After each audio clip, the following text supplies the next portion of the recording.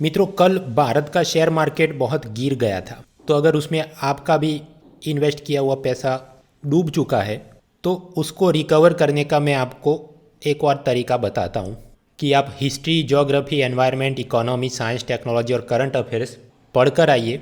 और इस रविवार सुबह 11 बजे, अगले रविवार भी सुबह 11 बजे लाइव क्विज़ होगी। 45 मिनट्स में 60 क्वेश्चन सॉल्व करने होंगे और जिनके टॉप 100 में नंबर आएंगे उनको अमेज़ॉन गिफ्ट कार्ड दिया जाएगा। ऐसी ऐसी ये अन अकेडमी यूपीएससी कॉम्बैट, या जिसे मैं कहता हूँ PUBG combat, Roman Saini Amazon gift voucher जीत लो योजना, उसका आप फ़ायदा उठाइए।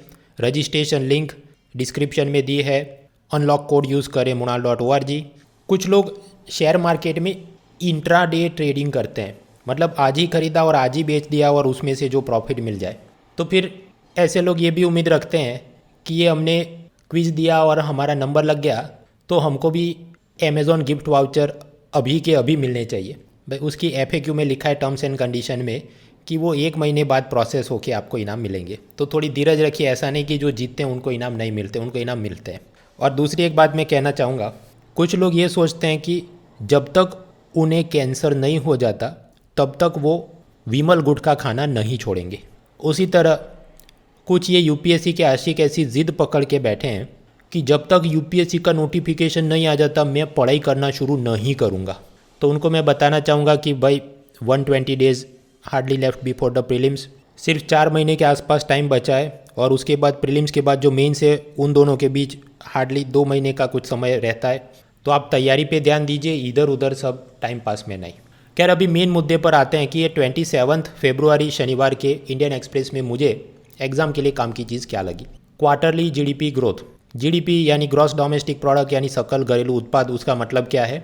It is the market value of all the goods and services produced with in domestic territory of a country for a particular time period, usually 1 year.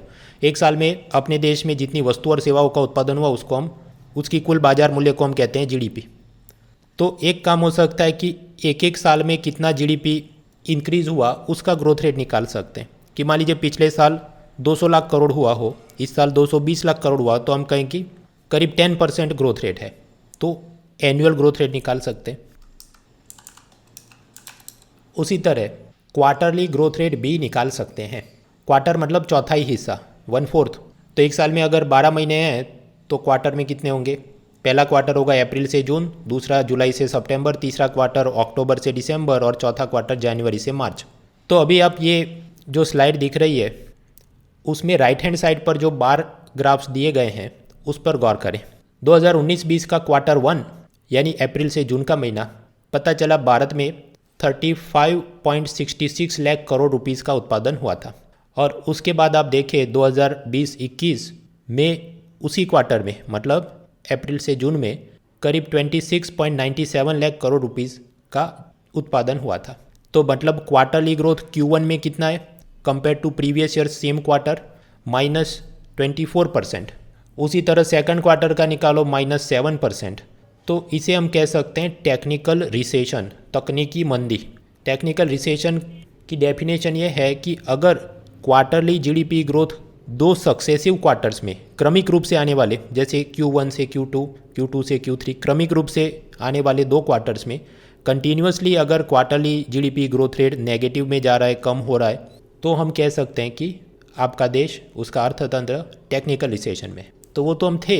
अभी third quarter यानी अक्टूबर to दिसंबर, तो वो ग्राफ का आप आखिरी वाला कॉलम देखें, 2019-20 का Q3 भारत का जीडीपी 36.07 लाख करोड़, और उसके बाद 2020-21 का Q3 मतलब अक्टूबर से दिसंबर वाला समय, पिछले साल का असल में 36.22 लाख करोड़। तो परसेंटेज ग्रोथ कितना हुआ? +0.4%। तो ये तो मतलब पॉजिटिव हो गया अब। तो यानी हम टेक्निकल रिसेशन में से बाहर आ गए, क्योंकि टेक्निकल रिसेशन कब रहता? अगर ये वाले में भी कंटिन्यूसली नेगेटिव में ही अपना क्वार्टरली जीडीपी ग्रोथ होता। बस तो फिर इसको देखकर finance minister, chief economic adviser, newspaper columnist, YouTube video बनाने वाले सब लोग मौज में आ गए हैं, बहुत ज़्यादा कमेंट्री कर रहे हैं। तो मैं आप सबको पूछना चाहूँगा, पुराने 5 साल के पेपर आप उठा लीजिए, 5 भी नहीं, मैं कहता हूँ 25 साल के पेपर उठाइए, यूपीएससी के आईएएस एग्ज़ाम के, सीडीएस एग्ज़ाम के, सीएपीएफ एग्ज़ाम के, कौन सी जगह पर भाई क्वार्टरली ग्रोथ रेट के बारे में पूछा है कि घुस घुस के उसकी वीडियो बनाई जा रही है। एक लाइन में पता होना चाहिए okay what is technical recession and now we are no longer in technical recession, और बहुत खींच के आगे दूसरी लाइन पता होनी चाहिए कि ये जो जीडीपी के आंकड़े निकालता कौन है। तो ऑर्गेनाइजेशन का नाम याद रखना है ministry of statistics and programme implementation यानी मोस्पी, और उसके नीचे संस्था है नेशनल स्टैटिस्टिकल ऑफिस यानी एनएसओ। वो लोग ये आंकड़े निकालते हैं। अभी यहाँ पर मित्रों ये तो मैंने आपको सभी एग्रीकल्चर मैन्युफैक्चरिंग सर्विस सेक्टर का टोटल जीडीपी वैल्यू क्या आया उसके हमने ये डेटा देखे। उसमें भी हम उसका फर्दर एनालिसिस कर सकते हैं, एग्रीकल्चर में ये हुआ, मैन्युफैक्चर में ये हुआ, सर्विस सेक्टर में ये हुआ। और सामने जीडीपी कैलकुलेट करने की भी टेक्निक मैंने आपको वो Win21 CSP सीरीज़ के फर्स्ट लेक्चर में भी दिखाई दी कि consumption plus investment plus government expenditure plus export minus import equal GDP. तो उसमें हर एक कंपोनेंट में क्या कम ज़्यादा हुआ उसकी भी कमेंट्री कर सकते हैं। तो आज न्यूज़पेपर में ऐसा जो भी सब माल चल रहा है भाई क्वार्टरली रेट की जो बात होती है उसमें वो सब दिमाग खर्च करने से एग्जाम में कोई फ़ायदा नहीं, आगे बढ़िए। हाँ तो इकोनॉमी में आज जानने लायक क्या चीज़ थी, ये quarterly GDP growth rate and we are out of technical recession, बात खत्म। दूसरा शेयर मार्केट गिर गया क्योंकि बॉन्ड यील्ड अमेरिका में बढ़ रही थी तो कुछ निवेशकों को लगा शेयर बेच के उधर चलते हैं, और अमेरिका ईरान में कुछ टेंशन चल रहा है, एयर स्ट्राइक हुई तो शेयर बाजार में कंपनियां प्रॉफिट नहीं कर पाएंगी, ग्लोबल ट्रेड को असर होगी वगैरह। खैर ये सभी ball by ball commentary is not important, आगे बढ़ो। आरबीआई की मॉनेटरी पॉलिसी उसमें उनको टारगेट दिया है कि इन्फ्लेशन को 2 to 6% में कंट्रोल में रखना है। अभी वो टारगेट 5 साल के लिए दिया जाता है, तो अब वो 5 साल का कार्यकाल ख़त्म होने वाला है, तो इसके बाद वाले कार्यकाल में कितना 2 to 6% रखे या 5 to 20% रखे, वो सब सोच विचार चल रहा है। उसकी बॉल बाय बॉल कमेंट्री अभी काम की नहीं, उनको फाइनलाइज करने दो क्या करना है। इनकम टैक्स विभाग के साथ डिस्प्यूट चल रहे हो तो कोर्ट के बाहर ही उसका समाधान करने के लिए विवाद से विश्वास स्कीम आई थी, तो उसमें जो पेमेंट करने थे उसकी लास्ट डेट को एक्सटेंड किया। भाई again technical norms ball by ball commentary not important. American सरकार ने एक जनरलाइज सिस्टम ऑफ प्रेफरेंसेस यानी जीएसपी लिस्ट बनाई थी, उसमें अगर आपके देश का नाम हो तो आपके देश से वहाँ पर जो एक्सपोर्ट हो रहा है उस पर वो लोग कम टैक्स लगाते थे। ट्रंप ने भारत का नाम हटा दिया था, अब बिडेन उसको वापस लाएंगे कि नहीं, भाई उसको असल में लाने दो तब पढ़ेंगे। ये अभी की उस पर सोच विचार चल रहा है तो हम लेके बैठ जाएं तो पिछले 1 साल में 1-2 बार पहले भी ये समाचार आए, और जब यूपीएससी की आप तैयारी करते हैं तो पिछले 2 साल के करंट अफेयर्स वो पढ़ के बैठना चाहिए, तो आपको पता होना चाहिए जीएसपी मसला क्या था। अभी प्रश्न, मैंने तो अभी तैयारी शुरू की तो मुझे पिछले 2 साल का करंट अफेयर्स कैसे पता होगा। भाई कोई भी ई लर्निंग वाली वेबसाइट पे जाके उनका जो फ्री में वो मंथली पीडीएफ फाइल डालते हैं करंट अफेयर्स की, डाउनलोड करके देख लो, ऊपर ऊपर से अंदाज़ा आ जाएगा क्या चल रहा था। यानी कुल मिलाकर आज इकोनॉमी में ये क्वार्टरली जीडीपी के अलावा कुछ जाने लायक नहीं, आगे बढ़ो। जॉब्स एंड एडमिशन में food corporation of India FCI में असिस्टेंट जनरल मैनेजर उसकी administration technical account law medical officer branch में 1 मार्च यानी सोमवार से उसकी एप्लीकेशन शुरू होगी। एडमिशन के नाम पर सेंट्रल यूनिवर्सिटी ऑफ कश्मीर में PhD admission, computer science, engineering, media studies, commerce law, Islamic studies, Urdu, अगर आपको एडमिशन लेना है। आगे बढ़ते हैं, पेज 1 पर क्वार्टरली जीडीपी देख लिया, उसके अलावा तो बस सब पॉलिटिकल तू मैं किसान, corona, ball by ball commentary चल रही है, काम की नहीं। इंटरनेशनल रिलेशन में ये भारत के विदेश मंत्री जयशंकर ने चाइनीज़ विदेश मंत्री से बात की, ball by ball commentary not important. Page 2-3 में कुछ काम का नहीं। पेज 4 स्टेट स्पेसिफिक समाचार में हमको एथिक्स के बारे में एक नई चीज़ देखने को मिलती है। पता चला अहमदाबाद में एक एमबीबीएस डॉक्टर था और उसको फिर मास्टर ऑफ सर्जरी एमएस का कोर्स करना था। वैसे तो उसकी भी जो कुछ एंट्रेंस एग्ज़ाम देनी होती होगी, लेकिन किसी मिडलमैन दलाल ने उसको ऑफ़र किया कि आप हमको 30 लाख रुपए दीजिए और हम मुंबई की लोकमान्य तिलक मेडिकल कॉलेज में आपका एडमिशन करवा देंगे, पक्का है। तो फिर ये भाई साहब ने पैसा दिया, लेकिन वो दलाल भाग गया, एडमिशन नहीं हुआ, तो फिर पुलिस में एफआईआर दर्ज की। ये सब क्या दिखा रहा है? भारत के नौजवानों में एस्पिरेशंस आर इंक्रीजिंग, महत्वाकांक्षाएं बढ़ रही है कि मैं चुटकी बजाकर एक दिन का सीएम बन जाऊं, करोड़पति बन जाऊं, यूट्यूब इंस्टाग्राम का सुपरस्टार बन जाऊं, but without corresponding increase in the hard work. कि जैसे एमएस का वो कोर्स करना तो उसके लिए जो भी पीजी एंट्रेंस एग्ज़ाम या इंटरव्यू देने होते होंगे उसकी मेहनत नहीं, बस ऐसे ही मुझे मिल जाना चाहिए सब। तो जब ऐसी भावना बढ़ती जाए देन इट इज़ इनएविटेबल कि corruption, financial scam, fraud, cheating, degradation in ethics, it is inevitable when people start looking for shortcuts. तो जब एथिक्स में आप लिख रहे हैं पेपर 4 में, तो ऐसा नहीं कि ये वाला केस लिखना है, क्योंकि वो तो न्यूज़पेपर में प्रोफेसर ने शायद पढ़ा भी नहीं हो, but in general terms you can write कि ये सब कॉलेज एडमिशन से लेके गवर्नमेंट एग्ज़ाम में भी बहुत सारे मिडल मैन एंड टाउट्स, दलार और बिचौलिए जो लोगों को बेवकूफ़ बनाते हैं, वो भी ये दिखाता है कि लोग बेवकूफ़ बनते हैं क्योंकि उनको बिना मेहनत के सब ले लेना है। अब ये एजुकेशन का ही नाम लिया है तो आज एक कॉलम भी है on page 12 JNU professor Avijit Pathak. तो वैसे तो वही सब कटाक्ष के रूप में कि फ्रीडम ऑफ स्पीच और वो सब खतरे में है, लेकिन उसमें 2-3 जाने लायक चीज़ें अपने एथिक्स पेपर 4 के लिए। एक तरफ होते हैं कोचिंग क्लास, उनका काम है एग्ज़ाम ओरिएंटेड तैयारी करवाना, इंश्योरिंग इंस्टेंट सक्सेस। दूसरी तरफ होते हैं सब ये DPS और बड़े बड़े प्राइवेट पेड स्कूल्स, उनका काम है कि हम आपको टॉपर्स बनवा के देंगे नीट एग्ज़ाम का, IIT एग्ज़ाम का वगैरह, और उसके लिए इतने लाखों रुपए की आपने हमको फीस और डोनेशन देना है।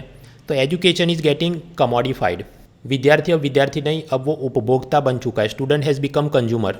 टीचर अब टीचर नहीं रहा, teacher has become a service provider कि इतने घंटे आना है, इतना पढ़ाना है, ये कोर्स है। ये गांधी जी, डॉक्टर आम्बेडकर, उनके मूल्य क्या थे तो बहुत ज़्यादा समझने की ज़रूरत नहीं, सिर्फ एग्ज़ाम के लिए कितना काम है उतना तैयार करो। ये एक धीरे धीरे भावना आ रही है कि हर चीज़ को कि एग्ज़ाम में काम का है कि नहीं।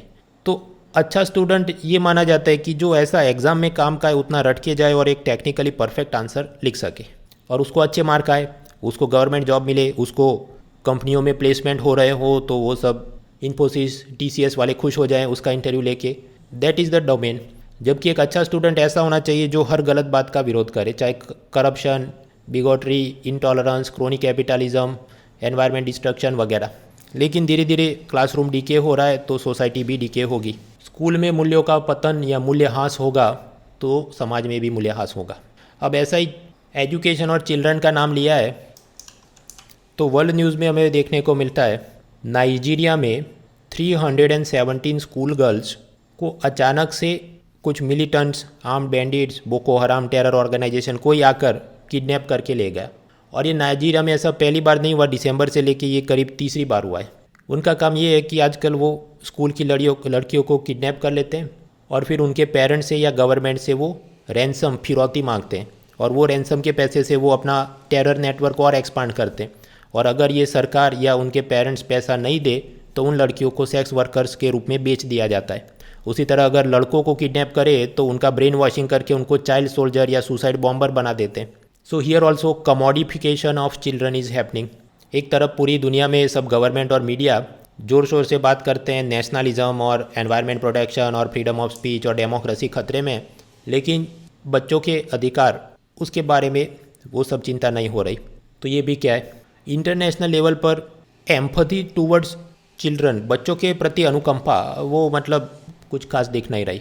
उसी तरह इंटरनेशनल रिलेशन में एथिक्स की और बात करें तो human rights, journalistic freedom, transparency, accountability, ये सब होना चाहिए। लेकिन अगर आपके देश के स्ट्रेटेजिक कंसर्न्स को अगर उससे ज़्यादा इम्पॉर्टेंट मान लिया जाए तो फिर ये जर्नलिस्टिक फ्रीडम वो तो सब कोई इम्पॉर्टेंट चीज़ नहीं। फॉर एग्जांपल 2018 में अमेरिका में रहने वाला एक जर्नलिस्ट जमाल खाशोगी, वो सऊदी अरब के प्रिंस मोहम्मद बिन सलमान के खिलाफ कुछ कॉलम आर्टिकल लिखता है तो ये प्रिंस सलमान के एजेंट्स उसकी हत्या कर देते हैं। अमेरिकन इंटेलिजेंस रिपोर्ट्स, जिसको अब डीक्लासीफाई किया मतलब पब्लिक डोमेन में रिलीज़ किया गया, उसमें ये कहा गया कि हाँ ये प्रिंस सलमान ने ही करवाया था, लेकिन फिर भी उनके खिलाफ अमेरिका कोई एक्शन नहीं ले रहा डिस्पाइट द फैक्ट कि वो US रेजिडेंट था जमाल खाशोगी, उसकी उन्होंने हत्या करवाई। ऐसा क्यों? क्योंकि अमेरिका को सऊदी अरब का सपोर्ट चाहिए एनर्जी सिक्योरिटी के लिए, ऊर्जा सुरक्षा, क्रूड ऑयल चाहिए, कच्चा तेल, और ये ईरान रशिया का जो मिडल ईस्ट में मैत्री बने उसके सामने काउंटर करने के लिए चाहिए। तो मेंस पेपर 4 में एक और भी ये मुद्दा है, इंटरनेशनल रिलेशन और उसमें एथिक्स। तो ये सब सोचने लिखने के मुद्दे। खैर पेज 4, 5, 6, 7, 8, 9, आज इंडियन एक्सप्रेस की दिवाली हो गई, हर पेज में भर भर के एडवर्टाइजमेंट उनको मिले। आगे बढ़ते हैं पेज 10 कॉलम्स। लेफ्ट साइड के 2-2 पैराग्राफ के छोटे कॉलम में पता चला कि कल ये भारत और पाकिस्तान ने जो जॉइंट सीज फायर स्टेटमेंट जारी किया कि अब से LOC का सम्मान करेंगे, और उससे पहले भी भारत और चीन ने अपने ट्रूप्स को ईस्टर्न लद्दाख से विड्रॉ किया। तो ये सब क्यों हो रहा है? Because peace on the border, better relations, ये क्यों चाहिए? अभी कोरोना पैंडेमिक से निकल के हमको इकोनॉमिक ग्रोथ चाहिए, भारत को भी, चीन को भी, पाकिस्तान को भी। तो अगर सेना का तनाव चलता ही रहे तो फंडिंग वहाँ पर लगेगी, तो फिर GDP बेहतर करने के लिए गरीब कल्याण योजनाओं में, इंडस्ट्री को सब्सिडी देने में पैसा बचेगा नहीं। और अगर कोई भी बॉर्डर पर ऐसे टेंशन चलते रहे तो फॉरेन इन्वेस्टर्स भी उस देश की इकोनॉमी में इन्वेस्ट करने से डरेंगे। So now the relations are moving towards normalization. फिर एक बड़ी कॉलम है मोदी डॉक्ट्रिन बाय अमिताभ मट्टू। उसमें वही सब बातें कि कैसे एक तरफ कैरेट देते हैं, दूसरी तरफ स्टिक मारते हैं। कि 2015 में प्राइम मिनिस्टर मोदी नवाब शरीफ की ग्रैंड डॉटर के वेडिंग में अटेंड करने गए और फिर 2016 में सर्जिकल स्ट्राइक भी की। तो एक तरफ गाजर भी दिखाया और फिर डंडा भी मारा, और इस तरह की ये पॉलिसी से आगे चल के हमको स्टेबल रीजन बनाने में मदद होगी वगैरह वगैरह। खैर बाकी सब कॉलम में कोरोना वैक्सीनेशन के टारगेट की कमेंट्री काम की नहीं। रविचंद्रन अश्विन ने कुछ 400 विकेट लिए। क्रिकेट हॉबी हो तो देखना चाहिए, अदरवाइज़ बहुत ज़्यादा ये सब हर एक अचीवमेंट में फोकस करने बैठे काम का नहीं। फिर column Aarti Jerath toolkit for nationalism. तो उनका ये कहना है एक ज़माने में इंदिरा गांधी का जब भी विरोध होता तो वो ये कहती कि विदेशी ताकतें मेरी सरकार गिराना चाहती और देश खतरे में है। और अभी प्राइम मिनिस्टर मोदी भी ये ग्रेटा थनबर्ग वगैरह का दिखा कर कि आंदोलन जीवी और विदेशी ताकतें और देश खतरे में है। ये सारी जो कमेंट है कुछ एग्जाम में काम की नहीं। आगे बढ़ो। पेज 11 में 2 कॉलम है, वो तो सोशल मीडिया में सॉफ्ट टच रेगुलेशन के बारे में जो हमने कल देख लिया था। तीसरा कॉलम था एजुकेशन और कोचिंग सेंटर और वैल्यू इनकलकेशन, वो सब भी हमने देख लिया। पेज 12 एक्सप्लेन सीरीज़ में एक तो है श्रीलंका और पाकिस्तान के रिलेशन। वैसे तो कल देखे थे और जानने लायक क्या है। उनके ट्रेड रिलेशन में श्रीलंका और पाकिस्तान का फ्री ट्रेड अग्रीमेंट, मुक्त व्यापार समझौता कुछ साल पहले साइन हुआ था। श्रीलंका का सबसे बड़ा ट्रेडिंग पार्टनर है इंडिया और उसके बाद दूसरे नंबर पर आता है पाकिस्तान। आपस में ये लोग textile, cement, T, rubber, readymade garments का काफ़ी इंपोर्ट एक्सपोर्ट करते हैं। और अगर ये चाइना पाकिस्तान इकोनॉमिक कॉरिडोर जो पाकिस्तान के ग्वादर पोर्ट तक है, वहाँ से फिर समंदर के रास्ते और डेवलपमेंट हो, नए नए पोर्ट्स बनाए जाएँ वगैरह, तो ये ट्रेड और डेवलप हो सकता है। अगर पाकिस्तान ज़्यादा एक्सपोर्ट कर पाएगा श्रीलंका को तो फिर भारत के एक्सपोर्ट को असर हो सकती है, कंपटीशन बढ़ेगा। So it is a matter of concern. दूसरा है सिक्योरिटी एंगल। एक ज़माने में प्राइम मिनिस्टर राजीव गांधी ने श्रीलंकन सरकार की मदद के लिए IPKF पीस कीपिंग फोर्स भेजी थी LTT के सामने, जो गृह युद्ध श्रीलंकन सरकार का चल रहा था। उसके बाद राजीव गांधी की हत्या हुई। उसके बाद 1990s में भारत ने धीरे धीरे ये LTT श्रीलंका सिविल वॉर से किनारा कर लिया, दूर रहने लगे। लेकिन पाकिस्तान ने 1990s में भी और अर्ली 2000 में भी ये पाकिस्तान ने श्रीलंका को आर्म्स, एम्यूनेशन, फाइटर पायलट की ट्रेनिंग सब कुछ दिया, जिससे श्रीलंकन गवर्नमेंट LTT को ख़त्म कर पाई। इसलिए इन दोनों की आपस में काफ़ी दोस्ती है। अभी श्रीलंका के खिलाफ UNHRC ह्यूमन राइट काउंसिल में प्रस्ताव आने वाला है कि श्रीलंका के जो जनरलों ने मानव अधिकार और नरसंहार किया था LTT वॉर में, उस पर सैंक्शन लगे वगैरह। तो श्रीलंका चाहता है कि पाकिस्तान श्रीलंका की फेवर में वोट करे। हालांकि उसमें एक कंट्रोवर्सी ये है कि श्रीलंकन सरकार ने ऐसा ऑर्डर दिया कि जो मुस्लिम लोग का कोरोना में देहांत हुआ है तो सामान्य रूप से मुस्लिम व्यक्ति को दफनाया जाता है, लेकिन नहीं, ये तो कोरोना में देहांत हुआ तो वो रोग और फैले नहीं, इसलिए हमको उसे क्रीमेशन यानी जलाना है उन डेड बॉडीज़ को। तो इसका सब इस्लामिक देश बहुत विरोध कर रहे हैं। तो क्या ये सब इस्लामिक कंट्री श्रीलंका के फेवर में वोट करेंगे ह्यूमन राइट्स वाले उस रेजोल्यूशन में, वो देखना रहेगा। Anyway, so that is the Pakistan Sri Lanka relation. इससे भारत को क्या फ़र्क पड़ता है? तो हाँ, आप उसमें एंगल देख सकते हैं क्या क्या फ़र्क पड़ता है। श्रीलंका पाकिस्तान की गोद में बैठ जाए तो पाकिस्तान चीन की गोद में बैठा है तो ये एक दूसरे की गोद में बैठेंगे तो भारत पर बहुत सब फ़र्क पड़ता है। तो मेंस पेपर 2 इंटरनेशनल रिलेशन में सोचने लिखने के मुद्दे। दूसरी एक्सप्लेन सीरीज़ है कि कोरोना स्लोडाउन में भी चीन का सब इंपोर्ट एक्सपोर्ट का बिजनेस और ग्रो कर रहा है, लेकिन ये सब बॉल बाय बॉल कॉमेंट्री काम की नहीं। तीसरी explain series environment, biodiversity, wild life, flora, fauna के बारे में। एक बिल्ली जैसा जानवर जिसका नाम है कराकल यानी कि वन बिलाव, ये एक नॉक्चर्नल एनिमल है। नॉक्चर्नल मतलब जो रात में बाहर निकलता है, शिकार करता है। एक ज़माने में मध्य प्रदेश, पंजाब, उत्तर प्रदेश, आंध्र प्रदेश कई राज्यों में पाया जाता था, लेकिन धीरे धीरे अब इसकी संख्या कम हो रही है। राजस्थान, गुजरात के कुछ इलाकों में मिलता है। भारत के बाहर मिडल ईस्ट, अफ्रीका, एशिया में भी देखने को मिलता है। न्यूज़ में इसलिए क्योंकि ministry of environment and forest के नीचे national board for wild life ने इसे क्रिटिकली एंडेंजर्ड स्पीसीज़ में लिस्ट में डाल दिया है।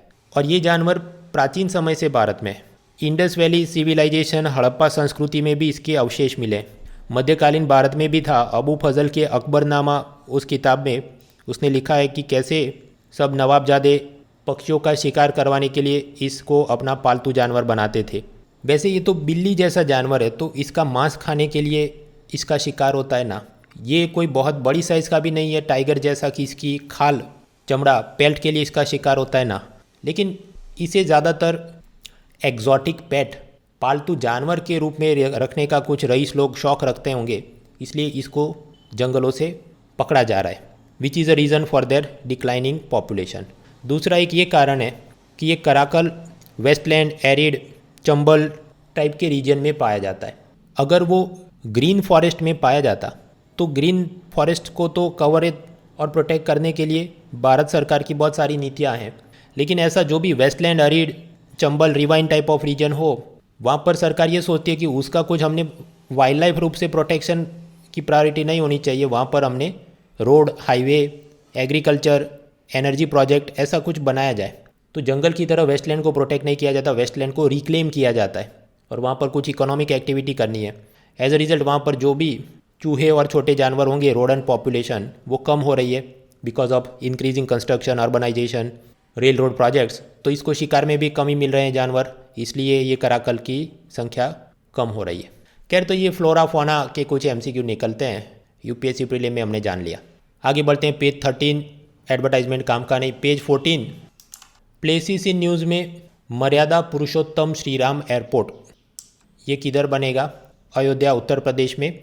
ये एक इंटरनेशनल एयरपोर्ट होगा, ऐसा मिनिस्ट्री ऑफ सिविल एविएशन ने अप्रूवल दिया है, नागरिक उड्डयन मंत्रालय। पेज 15 एडवर्टाइजमेंट काम के नहीं। पेज 16 पॉलिटी में आप जानते इलेक्शन से पहले आती है आचार संहिता, मॉडल कोड ऑफ कंडक्ट, और एक बार आचार संहिता लागू हो जाए तो फिर रूलिंग पार्टी वो कोई नए गवर्नमेंट स्कीम्स अनाउंसमेंट नहीं कर सकते। तो अब ये अलग अलग राज्यों में जो कुछ election model code of conduct लागू हो, उससे पहले जल्दबाजी में अलग अलग राज्य सरकारों ने बहुत सारी लोक लुभावन पॉपुलिज्म पॉलिसी अनाउंस कर ली। जैसे वेस्ट बंगाल राज्य सरकार ने श्रमिकों के लिए न्यूनतम वेतन, मिनिमम वेजेस फॉर लेबरर्स, उसको काफ़ी बढ़ा दिया है। असम राज्य सरकार ने कुछ लैंडलेस फैमिलीज़ के बैंक खातों में 1-1 लाख रुपए जमा कर दिए। केरला ने कहा कि विदेशों से जो भारतीय प्रवासी नागरिक वापस आ रहे हैं तो उनकी ये जो RT-PCR टेस्ट होती है वो हम फ्री में करवाएंगे। तमिलनाडु राज्य सरकार ने वनियार समुदाय के लिए स्कूल कॉलेज एडमिशन और गवर्नमेंट जॉब में 10.5% स्पेशल रिजर्वेशन कोटा अनाउंस किया। तो अचानक से फ्रीक्वेंटली ये सभी राज्य सरकारें ऐसा क्यों कर रही होंगी? Well, it is obvious, populism before the model code of conduct. हाँ, तो ये मेंस पेपर 2 इलेक्शन रिफॉर्म्स और मेंस पेपर 4 इलेक्शन एथिक्स या पॉलिटिकल एथिक्स में सोचने लिखने के मुद्दे। पेज 17 वर्ल्ड न्यूज़ में जानने लायक चीज़ें थी वो हमने जान ली, नाइजीरिया और सऊदी अरब के बारे में। बाकी USA ने सीरिया पर एयर स्ट्राइक की, वो सब ball by ball comment is not important. Britain की एक महिला शमीमा बेगम, वो 2015 में ISIS को ज्वाइन करने के लिए गई थी, फिर वो वापस आना चाहती है तो उसको सिटीजनशिप देंगे नहीं देंगे उसकी पूरी कमेंट्री चल रही है। भाई ये कंट्रोवर्शियल पर्सन्स इन न्यूज़ वो एग्ज़ाम के लिए काम कर नहीं। भारतीय अर्थशास्त्री लिगिया नोरोन्हा, उन्हें यूनाइटेड नेशंस संयुक्त राष्ट्र में असिस्टेंट सेक्रेटरी जनरल का अपॉइंटमेंट मिला, तो ये थोड़ी काम की चीज़। पेज 18 इकोनॉमी में जानने लायक जो था वो हमने शुरुआत में ही पढ़ लिया, बाकी कुछ है नहीं। पेज 19 और 20 में स्पोर्ट्स के समाचार में एग्ज़ाम के लिए कुछ खास नहीं। तो ये था शनिवार का न्यूज़पेपर।